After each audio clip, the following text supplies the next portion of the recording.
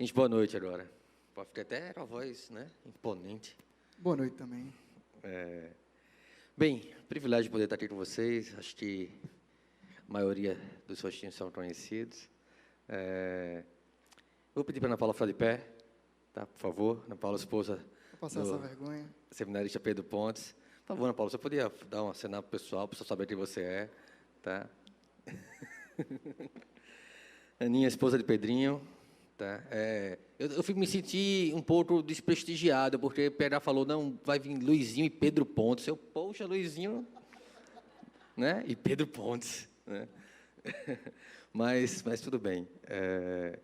Bem, a gente vai estar, a ideia é a gente poder estar interagindo um pouco com vocês, mas conversando também sobre um tema tão relevante para a vida da gente, que é um tema que diz respeito a como a gente deve se comportar dentro de uma conjuntura de cosmovisões conflitantes, no que diz respeito ao nosso relacionamento, nossa conduta, e a conduta e relacionamento das pessoas com o mundo no qual todos nós estamos inseridos.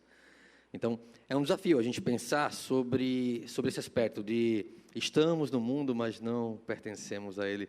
Estamos no mundo, mas temos que viver diferente das pessoas demais. E no que nós temos que viver diferente? Porque em muitas outras coisas nós nos vestimos iguais, nós nos comportamos, trabalhamos nos mesmos lugares, frequentando as mesmas universidades.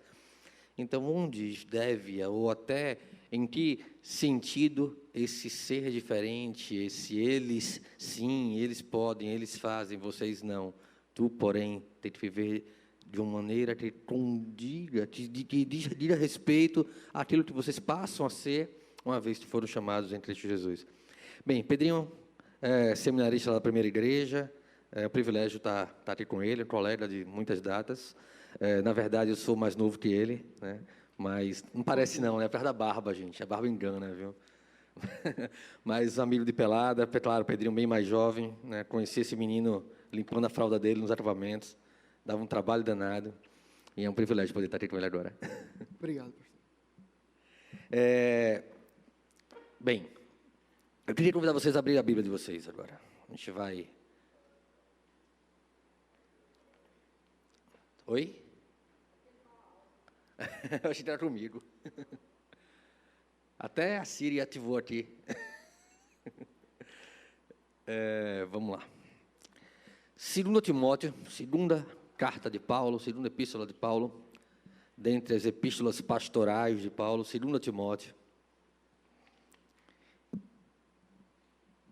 A pausa é porque ele está carregando, tá? Agora, abriu.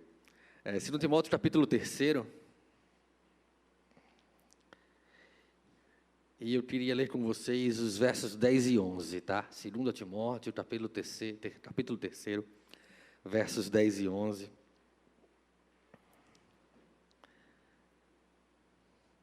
Diz assim, tu, porém, tens seguido de perto o meu ensino, procedimento, propósito, fé, longanimidade, amor, perseverança, as minhas perseguições e os meus sofrimentos, quais me aconteceram em Antioquia, Icônio e Listra, que variadas perseguições tenho suportado. De todas, entretanto, me livrou o Senhor. Vamos fechar nossos olhos, vamos orar mais uma vez. Queria pedir para o Pedrinho conduzir a gente à oração. Orem, meus irmãos. Pai querido, Deus de amor e misericórdia, como é bom, Senhor, estarmos reunidos diante de Ti, pedindo a Tua orientação, olhando para a Tua palavra, Senhor, a qual o Senhor nos deu como modelo, para que possamos ver a Cristo e segui-lo. Em nome dEle, Pai, Te pedimos que nos ensine, através desse momento, dando a cada um de nós facilidade, através da exposição da Tua palavra, para imitarmos a Cristo no nosso proceder. Em nome dEle que nós Te oramos, nosso maravilhoso Redentor. Amém. Amém. Bem, 2 Timóteo, né? É uma carta bem especial e de um teor bastante profundo, ao mesmo tempo que carinhoso. Primeiro, gente, vocês vão me ver mexendo muito aqui, tá? Eu tenho uma agonia de ficar falando sentado, né? Então, vou tentar me adaptar aqui a essa nova estrutura aqui de estar sentado, então vou ficar mexendo para lá, para cá, tá? Então, por favor, não se incomodem com isso, não. Mas eu estou aqui tentando me segurar para não levantar. Segundo Timóteo, tá? Lembremos uma coisa importante aqui. Timóteo, Paulo carregou Timóteo com ele, né? Aquele menininho criado com vó ali. Paulo fez: vamos viajar, vamos pregar o evangelho aí pelo mundo. E Paulo então carregou Timóteo na sua segunda viagem missionária, né? Paulo então passa ali a Macedônia, né? Prega ali todas aquelas igrejas. Timóteo veio a se tornar, né, um pastor. Paulo tem um carinho muito grande por Timóteo, como um filho na fé. Tito também, pastores que Paulo formou dentro do seu contexto, da sua liderança, né, e do seu relacionamento com eles. E Paulo já havia sido preso, solto, agora preso de novo, segunda prisão de Paulo. Paulo agora não está mais. A gente tem uma visão, quem conhece um pouquinho da história de Paulo, né, e a gente fala da prisão de Paulo em Roma, aquela coisa, porque a primeira prisão dele foi a prisão domiciliar. Ele estava em casa, tinha uma guarda na porta, mas ele tinha um certo conforto. Na segunda prisão, não. Na segunda prisão de Paulo, ele já estava na masmorra. A morte era uma coisa mais iminente na vida de Paulo. Ele já estava aqui, a gente está falando por volta do ano 67, mais ou menos, depois de Cristo. Paulo estava prestes a morrer, prestes a então encontrar a morte, a condenação do Império Romano, né, sobre ele. E então ele escreve uma carta a Timóteo, esse pastor querido, Timóteo, que pastoreou em Éfeso, pastoreou em vários lugares importantes, além de Tessalônica também.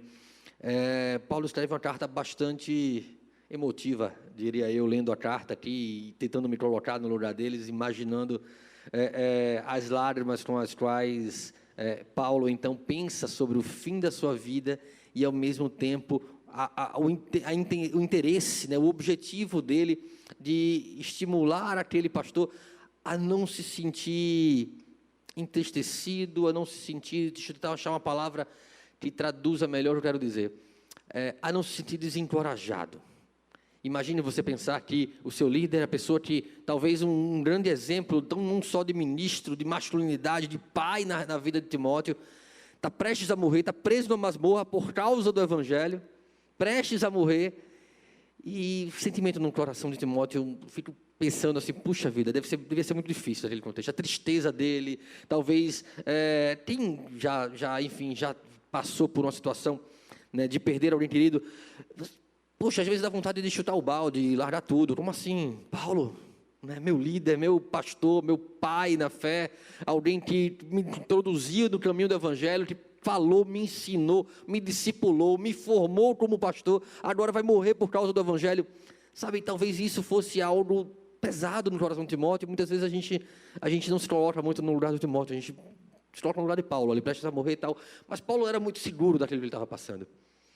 E aí ele tenta encorajar Timóteo. Paulo vai falar na sua carta aqui sobre o fato de que Cristo, mesmo tendo morrido na cruz, né, ele ressuscitou e ele é rei, porque ele é descendente de Davi. Paulo vai dizer, e Cristo continua vivo, ele vive. Então, isso deveria confortar Timóteo sobre a certeza de que, mesmo Paulo passando ali pela morte, a morte não era um fim em si mesmo, mas uma passagem para algo que ele já esperava com expectativa de alcançar, né? A ponto de dizer que a morte é lucro para ele, viver é Cristo, morrer é lucro, morrer é de fato consumar o desejo do meu coração de estar com aquele que para mim é tudo, é a primazia, é pelo qual tudo se fez e por meio do qual tudo se fez.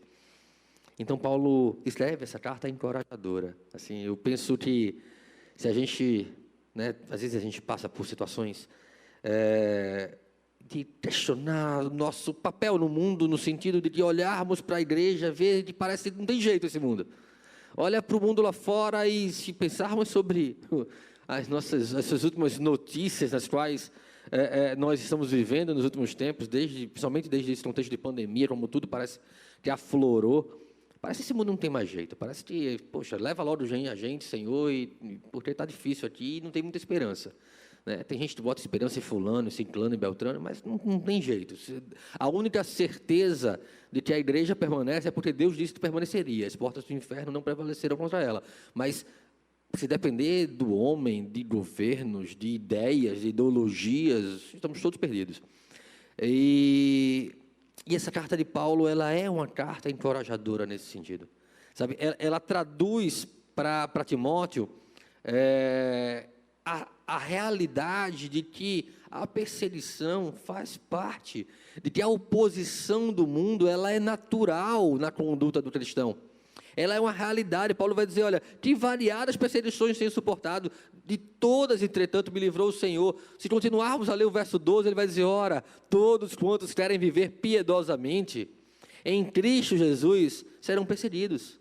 Todos nós que queiramos viver em conformidade com a verdade do Evangelho, seremos confrontados por um mundo que faz oposição a esse Evangelho.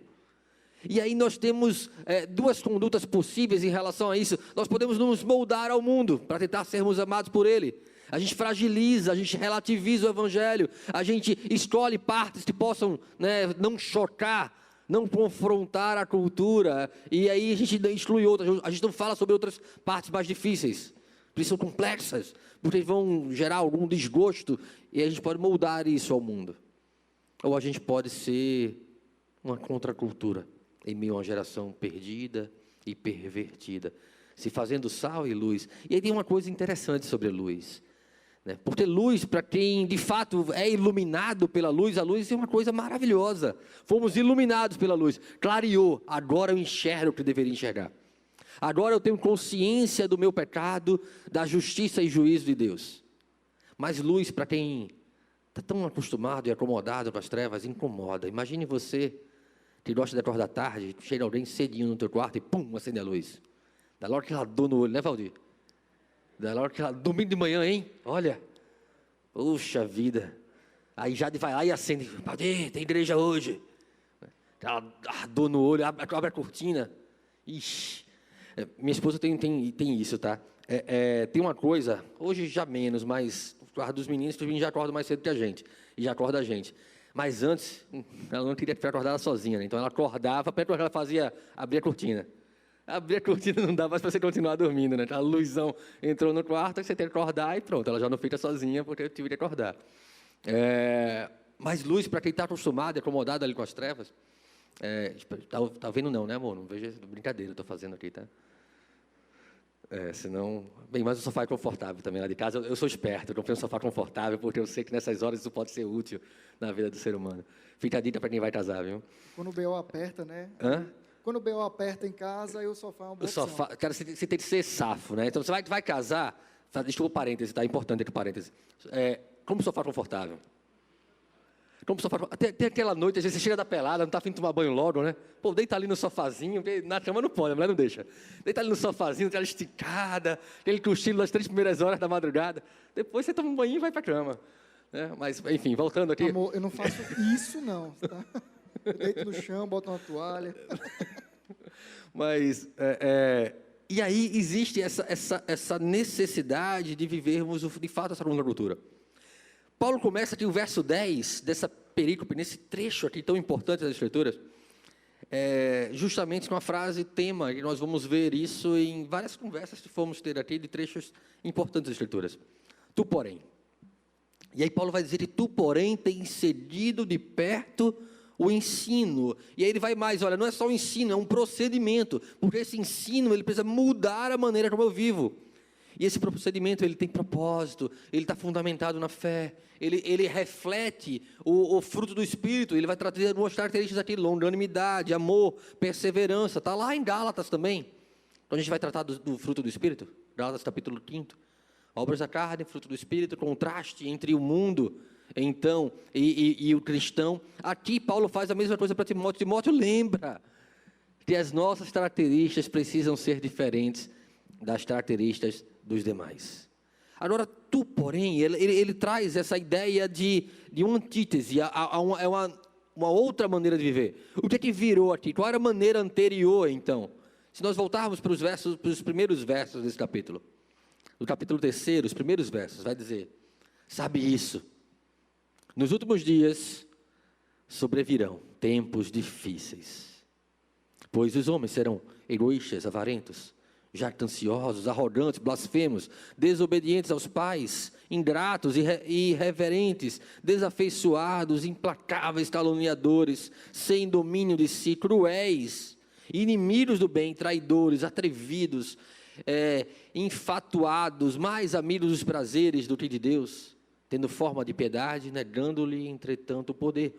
Veja que contraste interessante, porque todas as características de Paulo cita aqui, eu, voltado para mim, a minha arrogância, cheio de si, né, o sentido aqui de jactância, cheio de mim mesmo, eu, é sempre, eu preciso ser mais importante, eu sou mais importante, eu começo a me impor, e a me achar no meio das pessoas.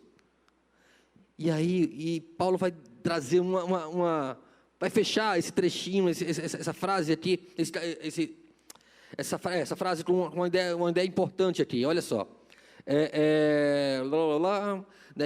Aqui, tendo forma de piedade, negando-lhe, entretanto, o poder. Ou seja, os caras são cheios de si, os caras se acham, e ele está falando de gente dentro da igreja, tá?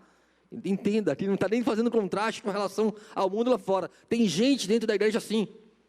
Tem gente dentro da igreja de Cristo que se acha, que gosta de falar difícil, que gosta de mostrar um conhecimento exterior, que não muda o coração. Ele vai falar aqui sobre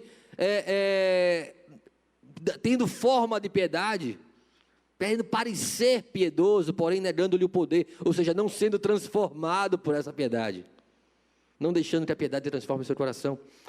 Ao contrário do que ele vai dizer lá embaixo, tu, porém, seguindo de perto, procedimento, fé, tal, e que variadas perseguições tenho suportado. Ele vai falar aqui no verso 12, ora, todos quantos querem viver piedosamente, de fato, de verdade, piedosamente em Cristo Jesus, serão perseguidos, sabe? Não cheios de si, serão perseguidos, serão tratados com oposição por um mundo que jaz no maligno, serão tratados com oposição no mundo que não ama a verdade, não ama nada que lhe seja condenatório, não ama nada que lhe impeça de realizar os desejos do seu próprio coração. A conduta do reino, as características daqueles que fazem parte do reino de Deus, elas contrastam com o modo de viver egoísta, jactancioso, cheios de si mesmo, do mundo lá fora. Ou mesmo do mundo lá fora, dentro da igreja. A conduta de um crente piedoso envolve uma consciência de que a sua cosmovisão, a sua maneira de enxergar o mundo lá fora, ela vai contrastar na hora de tomar decisão, na hora de estabelecer suas prioridades. Mas vivemos ali numa idade das trevas, que então encontrou a luz no iluminismo racionalista, que separou Deus da ciência. Tu, porém, considera a teologia, considera Deus como a mãe de todas as ciências. Olha o contraste. Aí vem a pós-modernidade. Não, tudo agora passa a ser relativo, porque o homem sente diferente. Tu, porém, sabes que há algo absoluto, que é muito superior aos seus próprios sentimentos, que é a verdade da palavra do Senhor, que é o nosso culto racional. Tu, porém, vive diferente em relação a essas coisas. Sempre o mundo lá fora vai trazer uma ideia que vai tentar perverter o nosso coração, conduzir o nosso coração para distante do Senhor, quer nas relações sociais, nas relações familiares, na própria ideia de conhecimento, ou de status, ou de valor, mas todo esse conjunto de características e a cosmovisão secularizada, voltada para esta geração, e simplesmente para essa geração, sem uma perspectiva de eternidade, vai confrontar o nosso modelo de viver uma piedade em Cristo Jesus, não apenas exterior, quando o interior está cheio de si mesmo, não, em Cristo Jesus, submisso e ao mesmo tempo exposto à perseguição. Imagine que Paulo está prestes a morrer, imagine que ele está encorajando alguém, dizer, ele poderia dizer, Timóteo, fica tranquilo, Deus vai contigo, e aí tua vitória está garantida. Não é isso que ele vai dizer para Timóteo, não. Ele vai dizer, vai ser difícil, você vai ser perseguido, mas lembre de Cristo.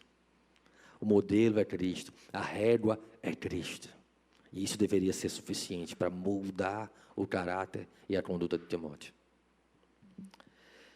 Bem, Pedrinho, o que você acha? Indo aí para a tua parte, segue. Simbora. Diante de tudo isso que a gente está começando a entender, dessa grande diferença, nós percebemos então que Paulo entra em um assunto, trabalhando ali com aquele que ele tem por filho na fé, como um assunto particular. Ele traz ali uma particularidade à conversa que ele está tendo com o seu filho na fé. A gente percebe aqui, até mesmo na fala do pastor Luizinho, que Paulo está escrevendo a alguém que ele ama no fim da sua vida, quando ele está contemplando ali próximo à sua morte, e ele escreve com essa ideia de exatamente trazer esse conforto e encorajamento ao seu filho Timóteo. Timóteo havia sido chamado primeiramente por Cristo, e é isso que a gente vai ver, mas também dado a ele conhecimento, a Timóteo, através da vida de Paulo.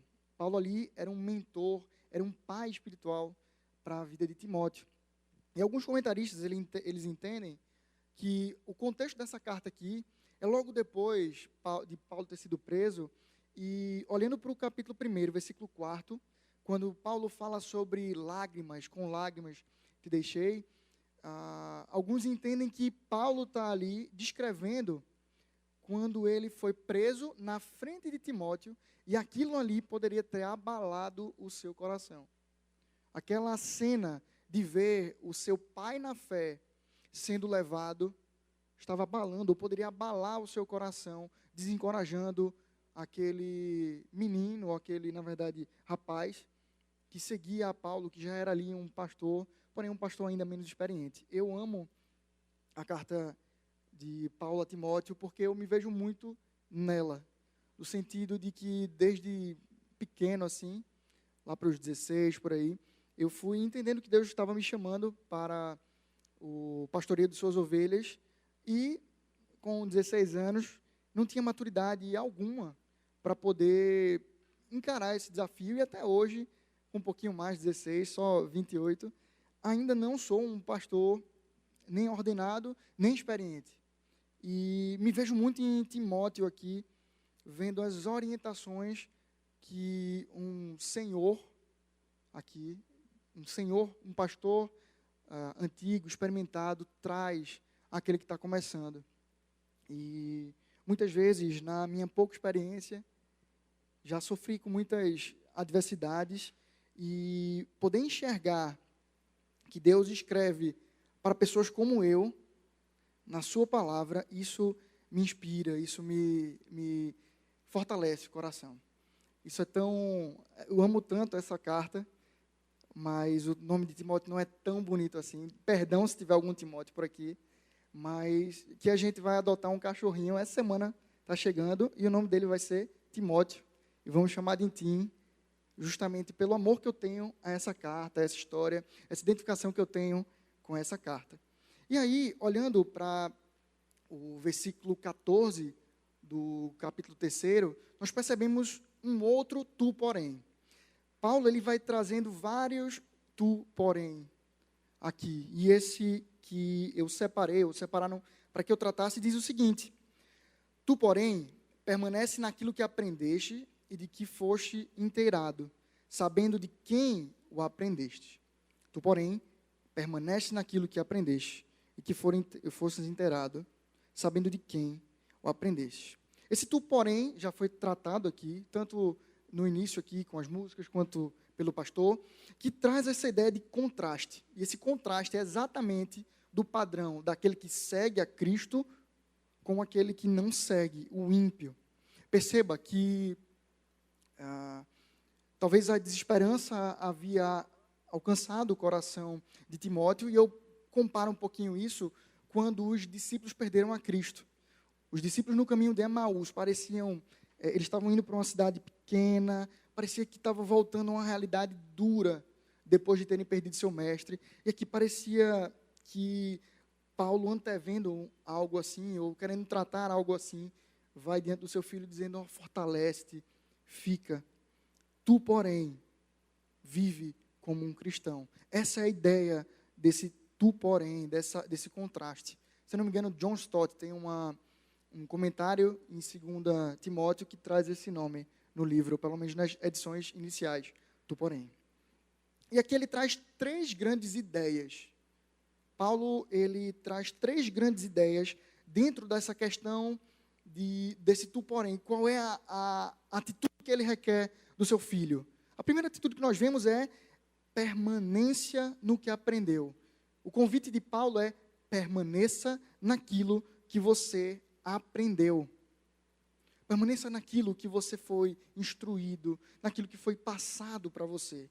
Perceba que essa permanência, ela tem uma ideia de uma resistência e de firmeza. Por que resistência? Porque nós conhecemos o nosso coração. A Bíblia nos indica como é esse coração. Romanos nos diz que o nosso coração é corrupto, enganoso, demasiadamente corrupto, e nos mostra como nós somos inclinados ao mal. Então essa resistência começa quando nós resistimos à nossa própria vontade distorcida, pois fomos criados para adorar a Deus, mas nos perdemos nisso. E a partir de então, aquele que vive para o Senhor, vive nessa resistência de si mesmo, resistência da sua própria vontade, resistência também do mundo, onde jaz o maligno, onde esse sistema corrupto quer nos deixar nessa mesma corrupção. Perceba que eu gosto de lembrar de quando eu era pequeno, eu gostava de ir para o shopping para andar na escada rolante. Eu gostava de fazer um negócio, que era correr ao contrário da escada. Se ela estivesse subindo, eu ia tentar descer e vice-versa. E aquilo ali me lembra um pouco a nossa vida, a nossa luta para a santidade. Quando nós paramos nessa escada, nós somos levados pelo seu próprio movimento. Quando nós paramos na nossa fé, na nossa caminhada, nós regredimos porque nós damos espaço ao nosso próprio coração, que é enganoso, demasiadamente corrupto e é inclinado ao mal. E essa resistência se dá por uma firmeza. Paulo convoca o seu filho aqui para que ele seja firme naquilo que ele conheceu. Permaneça. Eu não sei aqui quem gosta de rugby ou gosta de futebol americano, mas é interessante que essa ideia de permanência é como se fosse um daqueles defensores que se colocam à frente daquele que vai, do quarterback, que está aguardando ali uma investida e eles seguram, eles permanecem firmes ali para que segurem aquele inimigo e assim o seu objetivo seja concluído, seja finalizado. A firmeza e a resistência se dá por colocar pés fixos, firmes, num local onde a gente vai perceber aqui que o próprio texto indica. A firmeza se dá a partir de uma rocha sólida, a qual nós veremos. Esse contraste é exatamente trazido contra os indícios ou os ensinamentos que vêm dos falsos mestres. O caminho mais fácil é deixar o coração corrupto dominar a sua mente, ou a nossa mente. Mas o caminho que coloca aqui Paulo para o seu filho é dessa firmeza, dessa resistência. Não se deixar dobrar, não deixar com que esse ataque penetre as nossas barreiras, mas sim ser permanente, firme e resistente. A segunda grande questão que se levanta aqui é que fostes inteirado. A ideia é, tu, porém, permanece naquilo que aprendeste e que fostes inteirado. Ela é uma ideia conjunta, porém eu dividi aqui para que a gente possa entender melhor. A ideia de ser inteirado, ela é uma ideia bem trabalhada entre os teólogos que nós conhecemos. Em primeiro lugar, eu separei William Hendrickson, comentarista bíblico, que ele fala que esse ser inteirado é que não basta somente ele aprender, mas é ter sido convencido daquilo que ele aprendeu. A ideia do convencimento, de ter realmente uma vida a qual aquilo ali que eu vivo é uma convicção e não um mero pensamento. Eu acho que isso é melhor. Não. É uma convicção daquilo que eu aprendi, e que aquilo que eu aprendi é a base para a minha vida. A gente vai trabalhar um pouquinho mais, certamente vocês já conhecem, o que seria essa base para a nossa vida. Porém, a ideia central aqui é entender que precisamos ser convencidos, ou estarmos convencidos, convictos daquilo que cremos, para que a gente possa permanecer da forma que ele falou, firme naquilo que foi inteirado. Permanecer resistente naquilo que foi inteirado. Paulo atesta que Timóteo havia sido convencido do Evangelho e, por isso, precisava viver de acordo com o seu próprio convencimento. Veja, quando um homem vai de encontro à sua convicção, primeiro ele parece não haver ali, de fato, uma convicção. Mas quando ele age de encontro à sua convicção, ele age em falta de caráter. Ele vai contra a sua própria vontade ou seu próprio entendimento. Isso é um risco gravíssimo que nós não podemos aceitar em nós, ou deixar que descansemos nisso. A segunda ideia trazida pelo inteirado é trazida por Calvino, e que inteirado aponta para a confiança de Paulo de que Timóteo ele continuaria na atuação desse mesmo evangelho. Paulo havia separado Timóteo, ele havia treinado aquele seu filho para continuar o evangelho, o qual ele estava delegando para o seu filho, por ele estar percebendo ali o fim da sua vida. É como um pastor que, entendendo os últimos dias do seu contato com aquela igreja, traz ali, forma liderança, trabalha na vida de algumas pessoas para que a igreja possa organicamente crescer, dar frutos e não morrer à medida que o seu próprio pastor morra. Veja, Paulo havia separado então alguns, já foi citado aqui pelo pastor, Timóteo, Tito, Silvano, outro daqueles que foram inteirados por Paulo para fazer parte desse ministério, e Paulo traz essa ideia aqui de continuidade naquele chamado.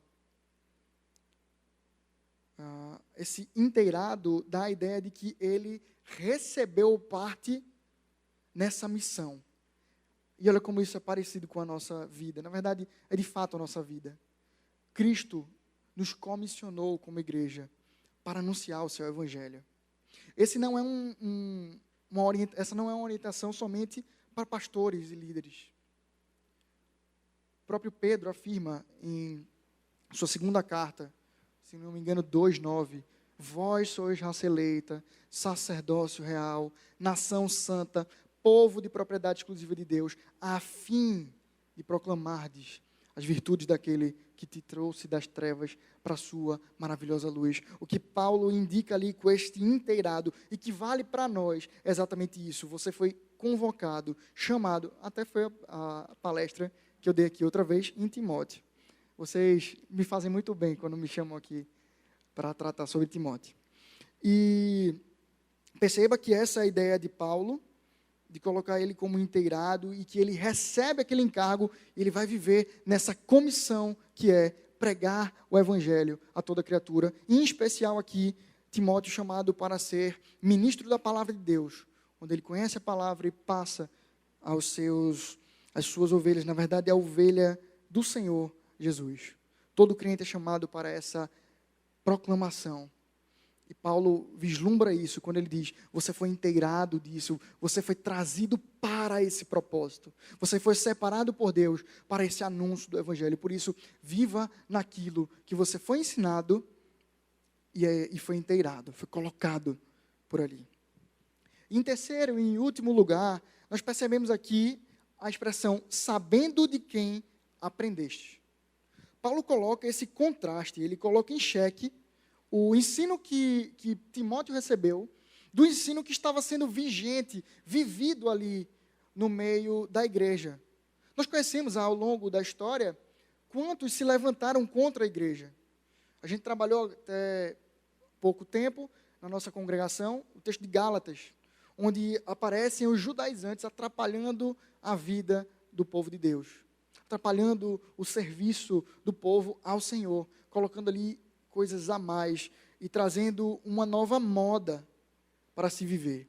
Eles destacavam ali o calendário judaico, destacavam a circuncisão e a prática da alimentação. Esses eram destaques que eles traziam do judaísmo como que uma bandeira para que se valesse daquilo salvação. E perceba que essas modas circulam no meio da igreja desde quando Deus nos mostra o relato da sua vinda, o ministério daqueles que vieram logo depois de Cristo. A questão de modas envolverem a igreja é antiga. Mas o chamado de Paulo para ele é aqui, veja aquilo que você foi inteirado, sabendo de quem você aprendeu. Você aprendeu, e aí Paulo destaca, de mim. Eu te chamei, eu te convoquei, eu te ensinei a como ser esse pastor, a como atuar na igreja que o Senhor nos confiou aqui na terra. Em segundo aspecto, pensando até em 2 Timóteo 1,5, quando ele diz, pela recordação que guardo de tua fé sem fingimento, a mesma que, primeiramente, habitou na tua avó Loide e em tua mãe Eunice, e que estou certo de que também em ti. O que Paulo destaca aqui também você aprendeu de casa, num berço cristão, em pessoas que estão vivendo para a honra e glória do nome daquele que tu vives também. Veja, perceba onde você tem sido alimentado, trazendo um pouquinho para o nosso dia de hoje. Você tem aprendido de púlpito, na sua igreja. Muitos de nós temos aprendido com os nossos pais como seguir a Cristo, como servir ao Senhor. Esse choque de realidade que Paulo está querendo dar no seu filho, confuso talvez. Perceba, o ensino está o tempo todo te trazendo até aqui. Foi este ensino da tua avó e da tua mãe que te trouxe a ser o homem que é hoje. Foi o ensino da palavra que te fez chegar ao que é hoje. Não esmureça diante dessa realidade dura que é viver o Evangelho, como já foi trazido. Em última instância, perceba que Paulo coloca Timóteo diante de Cristo. Foi Cristo que a regimentou, que trouxe, que resgatou a sua avó, a sua mãe. Foi Cristo que tirou de Paulo a perseguição e colocou o amor ao Evangelho, o amor ao próprio Cristo. Ensinou a Paulo, conduziu a Paulo, e este mesmo Evangelho é que vem até Timóteo. O que ele tem dito ao seu filho na fé, permaneça naquilo que você tem aprendido verdadeiramente de Cristo. Você tem visto de casa, você tem visto da sua igreja, da sua liderança. Por isso, permaneça firme naquele que é o seu maior líder, Cristo Jesus, o pastor das ovelhas. Perceba que então, isso é tão verdade. Essa firmeza na atuação e na palavra de Cristo é tão verdade, que o fundamento que ele dá nos versículos seguintes é exatamente o quê? Versículo 15, e que desde a infância sabeis as sagradas letras, que podem tornar-te sábio para a salvação pela fé em Cristo Jesus.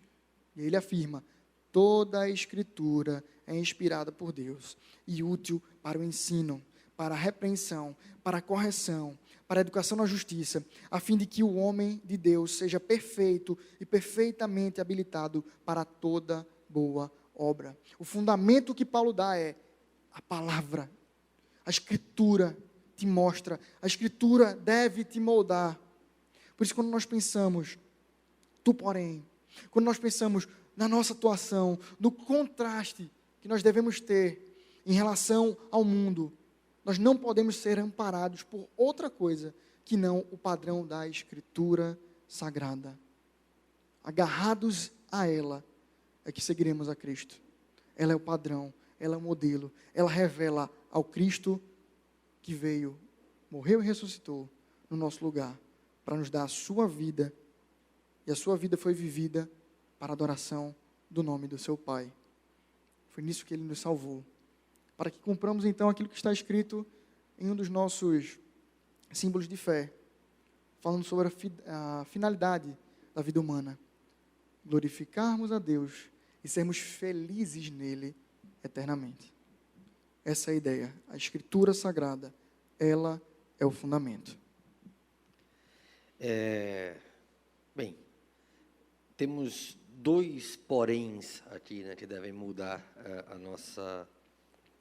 ou que devem moldar, na verdade, mais do que mudar, moldar as nossas características diante de um contraste, né, social, no sentido não socioeconômico, mas um contraste social no sentido moral, né? Porque muitas vezes a gente não vai ter necessariamente em todos os aspectos o contraste cultural com o mundo, né?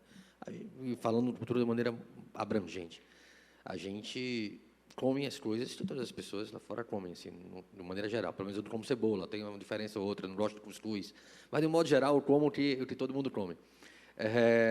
Então, estou culturalmente inserido, né, nessa ideia. Engraçado, só fazendo um outro parêntese, né? Eu não gosto de cebola, né? Mas eu não posso dizer que eu não gosto de cebola na mesa por causa de Lucas. Né? Meu filhinho tem 3 anos. E aí, às vezes, ele adora cebola. Aí ele faz... E aí ele quer me dar o que ele gosta, né? Ele, papai, olha, para você também dividir aqui, aí bota no meu prato cebola. Eu olho assim, pego, engulo. Mas vai. Não posso dizer que está ruim, não posso dizer que eu não gosto. Mas não gosto. É cuscuz a mesma coisa.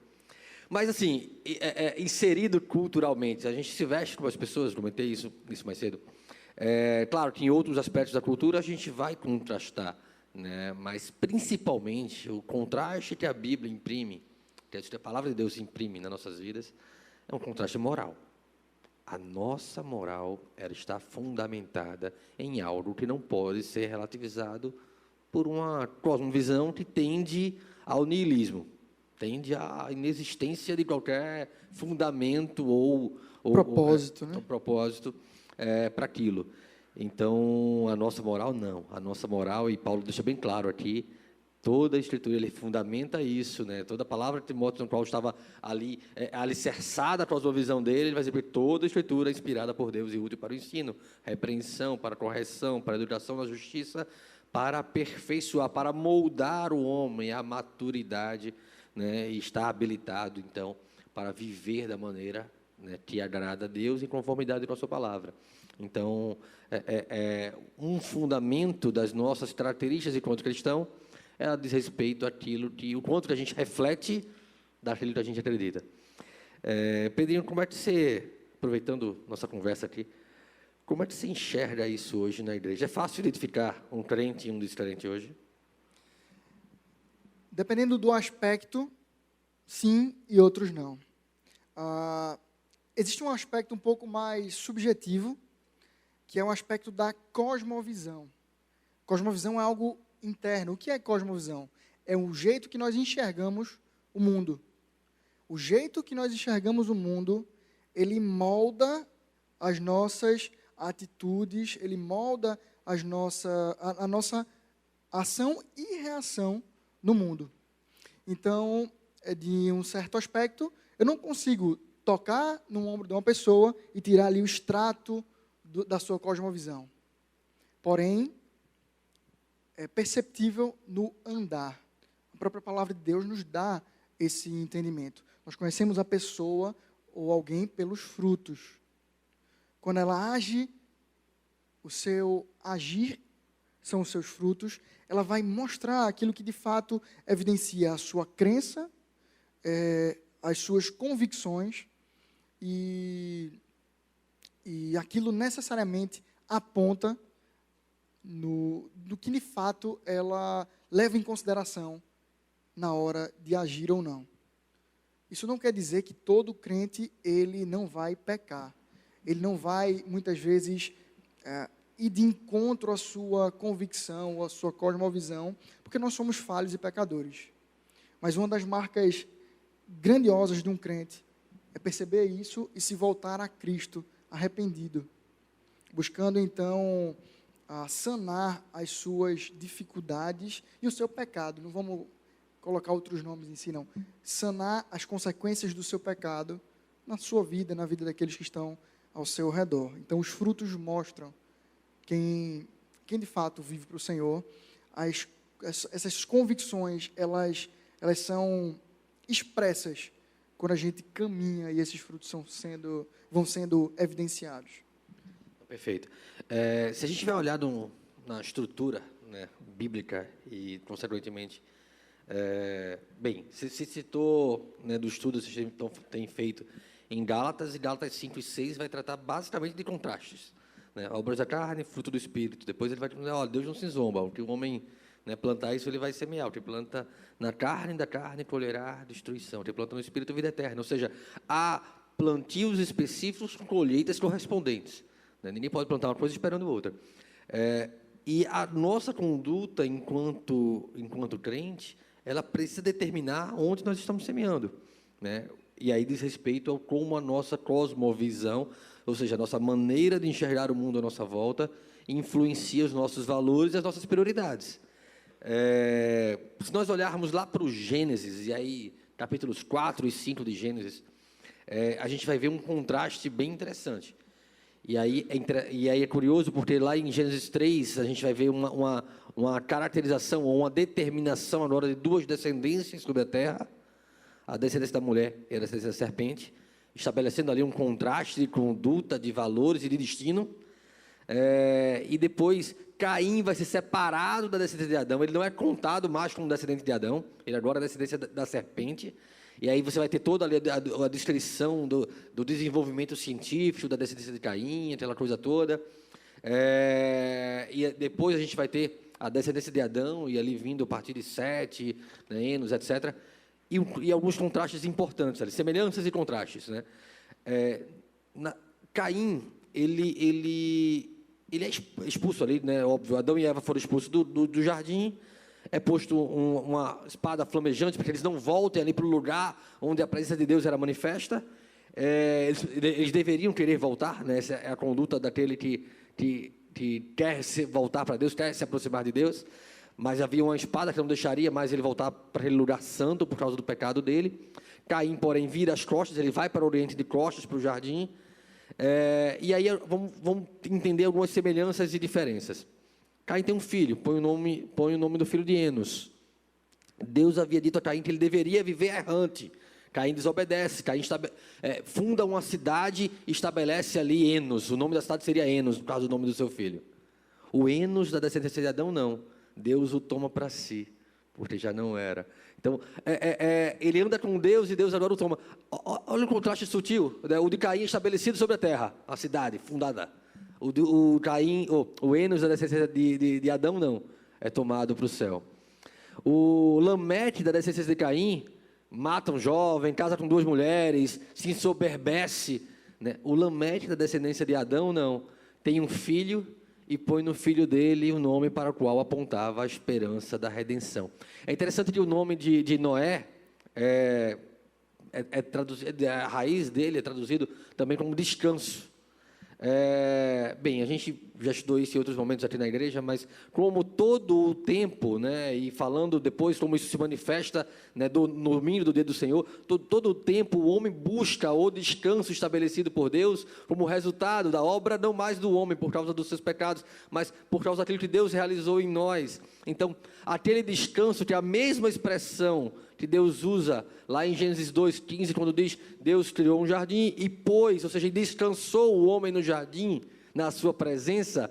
A expectativa de Lameque era essa, Deus agora vai estabelecer o descanso novamente, e por Noé, enfim, Deus pune toda aquela geração, né, ali em Noé, ele começa, né, ele desconstrói a criação e reconstrói ali com Noé, estabelecendo também com Noé a renovação da sua aliança. Mas o que eu quero enfatizar não é nem a questão do descanso, ou do cumprimento do desdobramento da promessa, mas principalmente dos contrastes, do modo de viver, a expectativa daquilo pelo qual se vivia, né, a descendência de Caim exalta a si mesmo, né? A descendência de Noé não, começa com Enos, se começou a invocar o Senhor. a mudança de atitude, há uma diferença de atitude, há uma diferença de pensamento, há uma diferença de perspectiva de vida. Ou seja, ou você pode viver com os seus olhos e interesses, e esforços, e energia, e investimentos na carne e nesse mundo, ou viver na perspectiva de eternidade, plantando no Espírito, como Paulo vai ensinar lá aos Gálatas, plantando no Espírito para colher vida eterna. Ou seja, ter uma perspectiva de eternidade, sabendo que nada neste mundo, e aí parafraseando Richard Baxter, nada nesse mundo paga o preço de perder o céu, mas o céu é suficiente por qualquer coisa que a gente abra mão nesse mundo para alcançá-lo. Eu acho que, sabe, as pessoas que não conhecem a Deus vão amar esse mundo, vão querer ser bem-sucedidas nesse mundo, vão querer fazer célebres o seu nome, talvez construir uma torre que os faça chegar até o céu pela força do seu próprio braço. Porém, as pessoas que são transformadas pelo poder do Evangelho, elas sabem que esse mundo vai ser destruído e ninguém coloca os seus tesouros ou investimento no lugar que vai ser destruído. Seria insano. A gente coloca o nosso tesouro, aquilo que a gente tiver de mais valioso, para onde a gente vai morar. Então, quando a gente vai se mudar, a gente leva logo aquilo que é valioso para lá, porque a gente vai entregar esse lugar, não vai servir para a gente. Sabe, assim precisa ser a nossa vida, nessa perspectiva de onde a gente está colocando o nosso coração. Porque isso aqui passa, e a vida é um sopro, ninguém controla a própria vida. A gente está aqui junto hoje. A gente pode não estar amanhã, alguém pode não estar amanhã. Cristo pode voltar de hoje para amanhã, quem sabe, mas a palavra de Deus diz que Ele virá, e aqueles que são igreja, esperam, não no sentido de saber o dia que Ele vai vir, mas estão sempre prontos, vivem de acordo com alguém que tem a expectativa da volta dele. Mas aqueles que não são igreja vão ser pegos de surpresa, vão dizer, puxa vida, não sabia que já ia ser agora. Sabe, a gente olha para o mundo lá fora, o mundo está gritando. A natureza geme a expectativa da redenção, como Paulo vai falar lá aos Romanos. E nós precisamos gemer também e viver de acordo com quem espera a vida eterna como algo mais precioso do que qualquer coisa que a gente possa viver ou experimentar aqui. Isso molda a nossa atitude. Isso faz contraste com relação a essa geração. Perceba que o pastor Luizinho, antes de trabalhar um pouco o texto, ele trata de alguns que pareciam piedosos, mas não andavam assim. João, ele escreve 3 cartas, elas estão as 3, depois tem Judas e vem Apocalipse. Em cada uma das 3 cartas, ele vai parecendo que fechando o funil, até que na 3ª carta ele manda para um irmão chamado Gaio, e ele trata nominalmente um problema que ele vem tratando desde as outras cartas. E ele traz o problema de um presbítero naquela igreja que estava andando de forma errada. O que é que esse cara estava fazendo? O costume era que pessoas fossem de igreja em igreja e essas pessoas que iam de igreja em igreja, elas eram bem recebidas e tudo mais. E Diótrefes... Deixa eu só fazer um parêntese aqui, tá? Pode dizer. Só para a gente ter em mente que presbítero não é, muitas vezes, a ideia que a gente tem daquele cara que senta aqui e participa da reunião do conselho, não. Naquele contexto, e no contexto, num fundamento bíblico, né, era o que governava a igreja, inclusive com autoridade pastoral. Tá? Então, é essa pessoa a quem João se refere aqui. Não olhem para PH dizendo, eita, olha ali, entendeu? Não é um presbítero meia boca, não é o caso não, tá? É um presbítero, né? Pois é. Então, tem aqui Diótrefes, e olha o que é que a Bíblia fala sobre ele. Versículo 9. Escrevi alguma coisa à igreja, referente às outras cartas. Mas Diótrefes, que gosta de exercer a primazia entre eles, não nos dá acolhida. Diótrefes, que gosta de exercer a primazia. O que a Escritura Sagrada nos revela é que aquele homem, ele não estava liderando porque ele era alguém piedoso, que amava a igreja, que queria que a igreja crescesse. O que a palavra mostra é, ele gosta de poder. Ele gosta desse sentimento de poder falar, pessoas estarem escutando. É disso que ele gosta, ele tem atrapalhado o evangelho crescer. Agora veja o relato sobre outro presbítero. Quanto a Demétrio, todos lhe dão testemunho, até a própria verdade. E nós também damos testemunho. E sabes que o nosso testemunho é verdadeiro. quando ele fala aqui, alguns comentaristas dizem que tanto o testemunho da verdade, quando ele elenca aqui, damos testemunho, até a própria verdade. Alguns dizem que João, ciente da inspiração que Deus dá, ele coloca esse testemunho de Demétrio ser um homem santo e buscando ao Senhor na Escritura, na revelação. Vê que coisa linda. A revelação especial aponta para isso. Mas que também o próprio Evangelho, a vida dele servindo ao Evangelho, apontava para aquela questão. E por último, uma coisa que eu gosto sempre de destacar nesse texto, é que é muito bom a gente poder tratar essas coisas face a face. E muitas vezes uma conversa sai truncada no WhatsApp ou alguma coisa assim, e ver o que a Bíblia nos orienta em relação a isso. A paz seja contigo. Na verdade, as últimas palavras de João aqui. Muitas coisas tinha que te escrever, todavia, não quis fazê-lo com tinta e pena, pois em breve espero ver-te, então conversaremos de viva voz.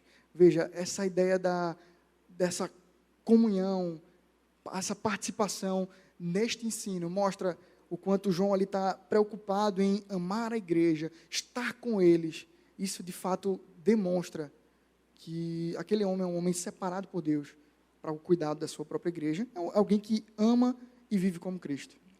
O contraste que João faz aí entre os presbíteros desse contexto, ele é um contraste que Paulo faz aqui, né, entre aquele que vive para si, cheio de jactância, de heroísmo, de não dominar nem mesmo a si mesmo, com aquele que se coloca até sob perseguição por amor da igreja, né, que é o contraste que João vai fazer sobre a questão do somos ou não somos discípulos de verdade.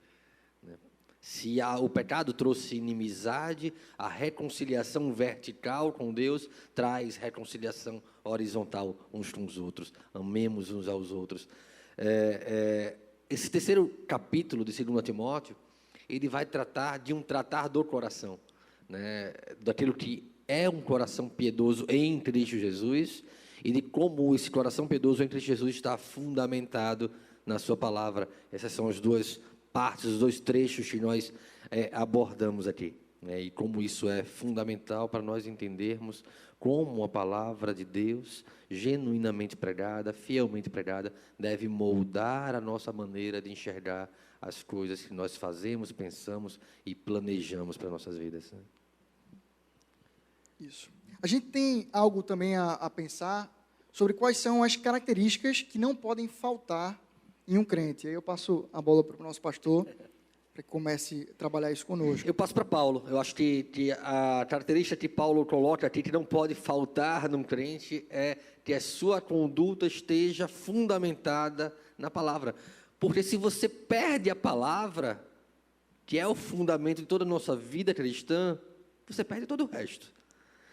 Imagine que você constrói uma casa, e aí alguém tira o fundamento, acabou. As paredes, não adianta, a parede pode ser a parede mais linda do mundo, ela vai ruir.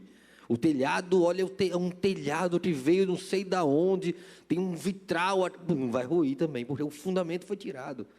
E se a gente desconstrói o fundamento daquilo que a gente é, nossa confissão de fé, ela começa com a palavra, porque sem a palavra não se constrói sequer o nosso pensamento teológico acerca daquilo que Deus revelou. Se eu questionar a palavra, nada mais faz sentido a não ser o meu próprio niilismo. Eu desconstruo todo o absoluto e aí eu passo a relativizar. Posso construir uma teologia para mim, posso escolher um trecho, posso escolher um livro, uma ideia, mas eu desfiz tudo aquilo que fundamenta aquilo que nós precisamos ser e viver em Cristo Jesus. O que não pode faltar num crente é amor pela palavra. Se não há amor, quando eu falo amor pela palavra, é um amor que nos mova a palavra. Quando a gente pegando, né, a gente está namorando, a gente está casado, aquela coisa, a gente está junto. Quando a gente ama a palavra, a gente está junto da palavra, quer lê-la, quer refletir sobre ela, meditar sobre ela. Isso molda a nossa oração, isso é orar segundo a vontade de Deus. É quando eu oro a palavra, quando eu canto a palavra. E aí, amor pela palavra é algo que precisa ser fundamental para aquecer nosso coração, né, enquanto cristãos. Bênção. Outra expectativa que nós temos aqui é ainda entender como um crente deve viver a sua vida nesse mundo que a gente está. Tem muita informação, tem muita teologia que nos é passada. Porém, como é que nós devemos reagir ou viver a nossa vida dia a dia? Uma coisa que eu gosto de trabalhar, tanto nas minhas mensagens, quanto nos discipulados e aconselhamentos que eu trago, é que a nossa vida ela deve ser encarada como uma imitação de Cristo. Perceba, Adão foi colocado como homem, num contexto onde não havia pecado, não havia influências em seu coração, e ele, influenciado pela serpente, pela sua mulher, cai, e coloca então a rebeldia no coração do homem, o pecado no coração do homem. Cristo vem, vive por nós aqui, uma vida que era esperada ou era necessária para que nós vivêssemos, porque nós fomos primeiramente criados por Deus para essa finalidade, de adorarmos a Ele. Somente Cristo vem e consegue viver dessa forma. E com isso Ele nos compra, nos limpa com o seu próprio sangue, com o seu próprio poder, e nos leva agora a viver para Ele. Ele nos arregimentou para si. Tem uma música antiga que diz assim: pois morreu a nossa morte para que vivamos sua vida, pois morreu a minha morte para que vivamos a sua vida. Nos trouxe grande salvação. A imitação de Cristo é exatamente viver como Ele viveu. E qual era a expectativa de Cristo enquanto vivia? Relacionamento com o Pai. Adoração a Deus Pai. Muitas vezes a gente é iludido por pensar que nós somos o... Como é que foi que aquele herege falou? O centro da vontade de Cristo. Oh, aleluia. Misericórdia. O centro da vontade de Cristo é agradar ao Pai. E nisto, em agradar ao Pai, Ele nos resgatou para agradarmos ao Pai, adorarmos ao Pai, adorarmos a Cristo. O fundamento de Cristo é adorar o seu Pai. E na imitação de Cristo deve haver profunda adoração. E essa adoração não se dá sem relacionamento. É por isso que o próprio Paulo traz para Timóteo essa expectativa. Onde você vai encontrar a metodologia de viver para Cristo? Na palavra, a Escritura. Ela que vai te moldar, porque você foi quebrado pelo pecado. Ela que vai te corrigir, porque você errou em virtude de ser pecador. O pecado te transviou do caminho natural, caminho correto de se viver. A nossa expectativa, então, é imitar a Cristo como adorador do nosso Senhor, tendo intimidade e relacionamento com Ele. Só pegando o gancho da música, ela está fundamentada lá no texto de 2 Coríntios, capítulo 5, versos 14 e 15, que vai dizer: pois o amor de Cristo nos constrange, porque estamos convencidos de que um morreu por todos, logo todos morreram. Ele morreu por todos para que aqueles que vivem já não vivam mais para si mesmos, mas para aquele por quem eles morreu e ressuscitou. Né? Ou seja, Ele morreu a nossa morte para que nós pudéssemos viver para a vida que Ele, né, nos dá, né? Morrendo e ressuscitando, vencendo a morte no nosso lugar. Quando a gente fala sobre o fundamento, poxa, então, diante de todas essas coisas, contrastes, qual o fundamento, então, desse evangelho? E é muito parecido com a maneira como a gente trata problemas diversos da nossa vida, né? Nossa empresa, em casa. O que a gente precisa? A gente precisa, olha, temos um problema, precisamos de um plano para tratar o problema. É disso que trata as Escrituras. Há um problema. O problema qual é? É o pecado. É preciso que haja um plano para tratar o pecado. Qual é o plano do pecado? É Cristo. Cristo é o plano. É o tratamento da anomalia. Né? Então, Cristo vem para tratar um problema que nós não tínhamos condição de tratar. E aí Cristo tratou. E aí esse amor de Cristo tratando no nosso lugar é o que Paulo vai escrever aqui aos Coríntios, que nos constrange, precisa nos constranger, precisa nos mostrar, olha, puxa vida, olha o que ele fez por você. Sabe, e você acha que tem problema. E você acha que está difícil, e você acha que, esse mundo não me reconhece. Puxa vida, se esse mundo pegou Deus e botou numa cruz, o que você espera que ele faça com você? Se ele está passando a mão na sua cabeça, é porque tem algo errado na sua vida. Se ele está te exaltando, é porque tem algo errado na sua vida. Ou ela não está refletindo a Cristo. Porque se Cristo é colocado na mão dos pecadores, esses pecadores tendem a matar a Cristo, a perseguir a Cristo, porque ele contrasta todos os valores desse tempo. Isso é um pouco do resumo, então, desse primeiro trecho do nosso primeiro dia hoje, dessa conversa. Bem, vou passar para o Pedrinho para algumas palavras finais, mas minha expectativa é que a gente possa refletir o quanto a nossa vida reflete aquilo que nós somos em Cristo Jesus, no sentido do quanto que isso já mudou o meu coração e a maneira como eu enxergo as coisas da minha vida. Para finalizar, pensando sobre essa mensagem fundamental do Evangelho, Deus ele se apresenta na sua palavra como Deus da aliança. Essa aliança, ela traz a ideia do relacionamento. Deus criou o homem para se relacionar com ele, a ponto de que esse homem perdido é resgatado pelo seu Filho. E aí vem a narrativa toda da redenção de Cristo. A Bíblia nos narra a redenção do povo de Deus por Cristo, para adorar ao seu nome, para se relacionar com Ele. Fundamento de sermos contradição ao mundo. Tu, porém, é vivermos na imitação de Cristo, adorando a Jesus, adorando a Deus em Cristo Jesus, nos fazendo então seus seguidores, seus amantes e amantes, consequentemente, da sua palavra.